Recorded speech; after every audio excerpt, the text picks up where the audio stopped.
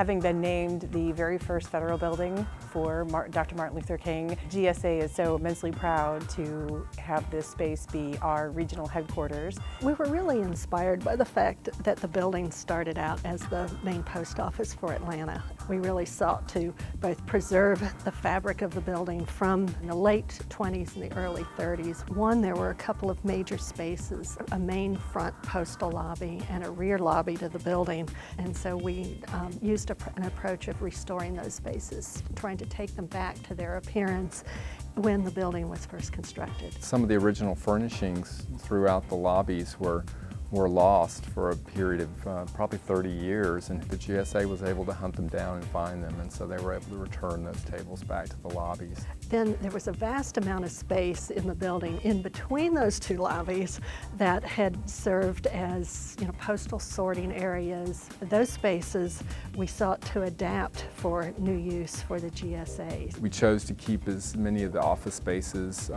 pulled away from the perimeter of the building, and chose to put as many open office workstations and collaborative areas along the perimeter of the building to increase the amount of daylight. When we got into the project and started doing selective demolition, we found some things that we really had thought over time had been lost in the building. We found the old brick wainscot, plaster on the walls.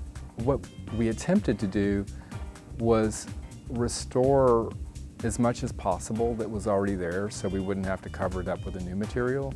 The Martin Luther King Federal Building also is in just a tremendous neighborhood as well. The activity I see going on in the local community between Five Points and Georgia State and the other downtown office tenants just lends such a great energy to working in the downtown area.